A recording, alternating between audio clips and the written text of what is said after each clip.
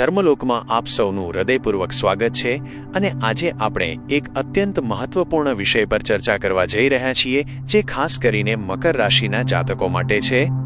જીવનમાં ઘણીવાર આપણને એવું લાગે છે કે આપણે સામાન્ય છીએ અને આપણું જીવન પણ એક સામાન્ય ગતિએ જ ચાલશે, પરંતુ જ્યાં સુધી તમે તમારી જાતને સામાન્ય સમજતા રહેશો ત્યાં સુધી તમારું જીવન ખરેખર સામાન્ય જ રહેશે।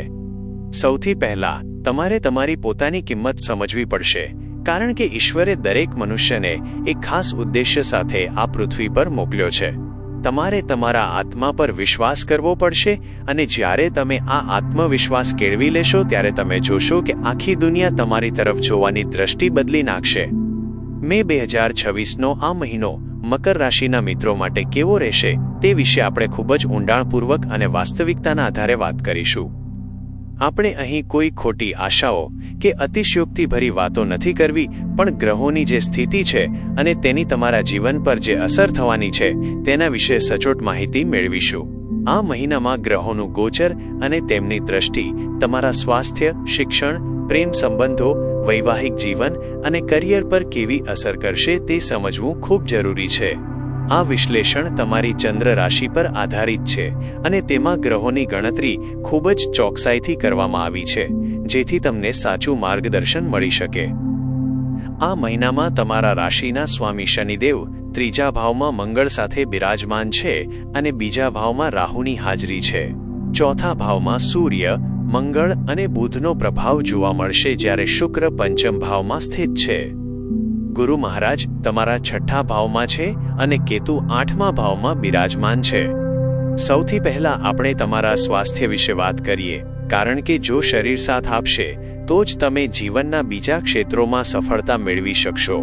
પ્રથમ ભાવ આપણા શરીર અને મનનું પ્રતિનિધિત્વ કરે છે અને તેના સ્વામી શનિ ત્રીજા ભાવમાં હોવાથી શારીરિક રીતે તમે સજાગ રહેશો। જો કે ગુરુનું છઠ્ઠા ભાવમાં હોવું એ સંકેત આપે છે કે તમારે તમારા પાચન તંત્ર અને ખાનપાનની આદતો પર વિશેષ ધ્યાન આપવું પડશે। આ મહિનામાં તમને એસિડિટી અથવા પેટ સંબંધિત નાની મોટી સમસ્યાઓ પરેશાન કરી શકે છે। ખાસ કરીને તમારે તમારા વજન પર નિયંત્રણ રાખવું પડશે, કારણ કે આ સમયગાળામાં શરીરમાં ચરબી વધવાની શક્યતા દેખાઈ રહી છે।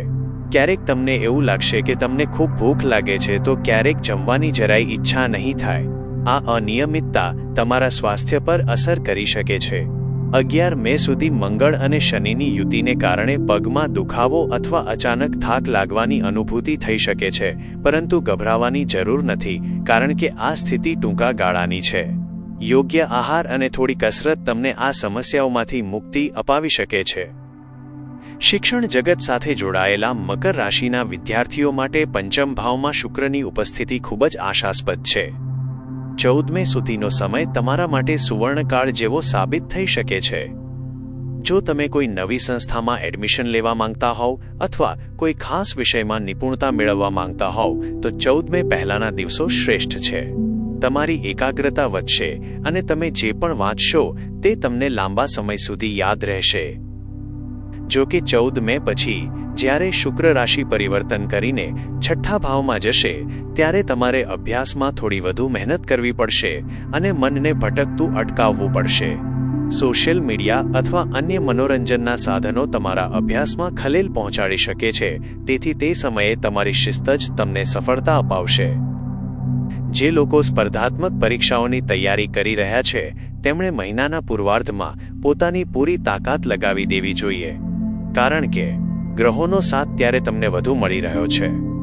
પ્રેમ અને અંગત સંબંધોની વાત કરીએ તો આ મહિનો મિશ્ર ફળ આપનારો સાબિત થશે। પંચમ ભાવમાં શુક્ર હોવાથી રોમાન્સ અને પરસ્પર સમજણ વધશે। તમારા જીવનસાથી સાથેનો સંબંધ વધુ ગાઢ બનશે અને તમે એકબીજાની ભાવનાઓને સારી રીતે સમજી શકશો।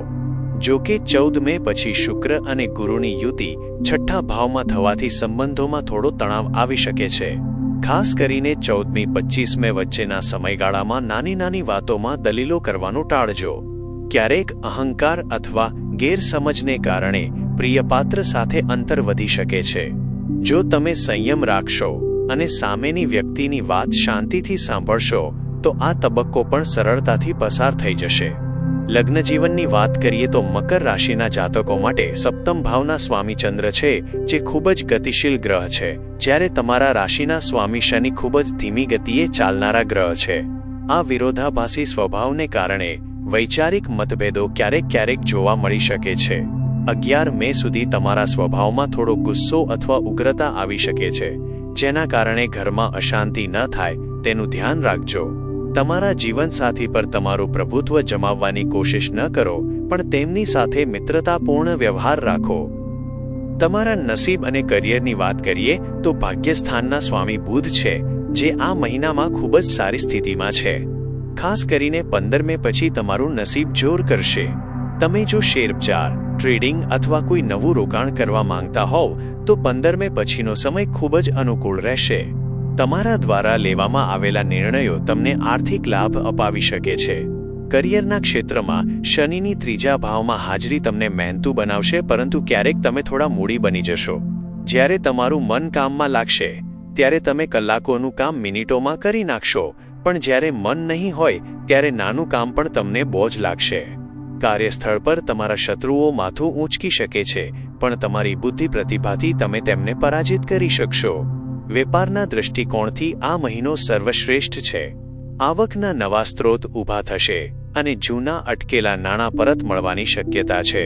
મંગળ અને શનિનો પ્રભાવ તમને સાહસિક નિર્ણયો લેવા માટે પ્રેરિત કરશે, જે લાંબા ગાળે તમારા વ્યવસાય માટે ફાયદાકારક રહેશે. જીવનમાં ગ્રહોની અસરોને સકારાત્મક બનાવવા માટે કેટલાક સરળ ઉપાયો કરવાથી તમને માનસિક શાંતિ અને કાર્યમાં સફળતા મળશે. મકર રાશિના જાતકોએ શનિદેવના બીજ મંત્ર ઓમ પ્રાં પ્રી પ્રો સહ શનૈશ્ચરાય નમઃનો જાપ દરરોજ 108 વાર કરવો જોઈએ. આ ઉપરાંત હનુમાન ચાલીસાના પાઠ કરવાથી મનનો ડર દૂર થશે અને આત્મવિશ્વાસ વધશે. દરરોજ સવારે ઉગતા સૂર્યને જળ અર્પણ કરવું અને વિષ્ણુ સહસ્ત્રનામ સાંભળવું તમારા બુધ અને ગુરુ ગ્રહને મજબૂત બનાવશે, જેનાથી તમારા નિર્ણયો લેવાની ક્ષમતામાં સુધારો થશે. આ મહિનો તમારા માટે પ્રગતિ અને આત્મખોજની નવી તકો લઈને આવ્યો છે. બસ તમારે તમારી ક્ષમતા પર ભરોસો રાખીને આગળ વધવાની જરૂર છે. વાસ્તવિકતાનો સ્વીકાર કરો અને કર્મ પર ધ્યાન આપો, કારણ કે મહેનતનો કોઈ વિકલ્પ નથી. ગ્રહો આપણને દિશા બતાવે છે, પણ રસ્તો તો આપણે પોતે જ કાપવો પડે છે. મિત્રો, આશા છે કે આ માહિતી તમને તમારા જીવનના આયોજનમાં મદદરૂપ થશે. જો તમને આ વિડીયો ગમ્યો હોય તો તેને લાઈક કરજો અને તમારા મિત્રો સાથે શેર કરજો, જેથી તેઓ પણ આ માર્ગદર્શનનો લાભ લઈ શકે. અમારી સાથે જોડાયેલા રહેવા માટે ચેનલને સબસ્ક્રાઇબ કરવાનું ભૂલતા નહીં, કારણ કે અમે તમારા માટે આવી જ અધિકૃત અને આધ્યાત્મિક માહિતી લાવતા રહીશું. તમારા પ્રતિભાવો અમને કોમેન્ટમાં જરૂર જણાવજો. આપ સૌનું જીવન સુખમય અને શાંતિપૂર્ણ રહે તેવી પ્રાર્થના સાથે અત્યારે રજા લઉં છું અને ફરી મળીશું એક નવા વિષય સાથે. જય શ્રી કૃષ્ણ અને હર હર મહાદેવ.